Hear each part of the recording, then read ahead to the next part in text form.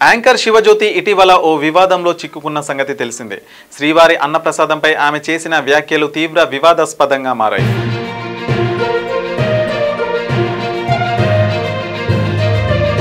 తిరుమలలో కాస్ట్లీ ప్రసాదం అడుక్కుంటున్నాం, రిచెస్ట్ బిచ్చగాళ్ళం అంటూ ఆమె చేసిన కామెంట్స్ పై అభ్యంతరాలు వ్యక్తమయ్యాయి.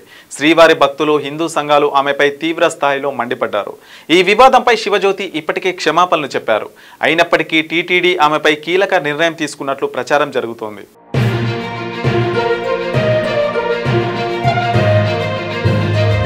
తిరుమల శ్రీవారి అన్నప్రసాదంపై శివజ్యోతి చేసిన వ్యాఖ్యలు పెద్ద దుమారం రేపడంతో క్షమాపణలు చెబుతూ ఆమె ఇప్పటికే ఓ వీడియో రిలీజ్ చేశారు. దీంతో ఈ వివాదం సద్దుమణిగిందని అనుకుంటుండగా శివజ్యోతి వ్యాఖ్యలను టీటీడీ తీవ్రంగా పరిగణించిందని, ఈ విషయంలో ఓ కీలక నిర్ణయం తీసుకుందని సోషల్ మీడియాలో ప్రచారం ఊపందుకుంది. టీటీడీ అధికారులు ఆమె ఆధార్ కార్డును బ్లాక్ చేశారని, భవిష్యత్తులో తిరుమల శ్రీవారిని దర్శించుకునే అవకాశం లేకుండా ఈ నిర్ణయం తీసుకున్నారని నెట్టింట జోరుగా ప్రచారం జరుగుతోంది.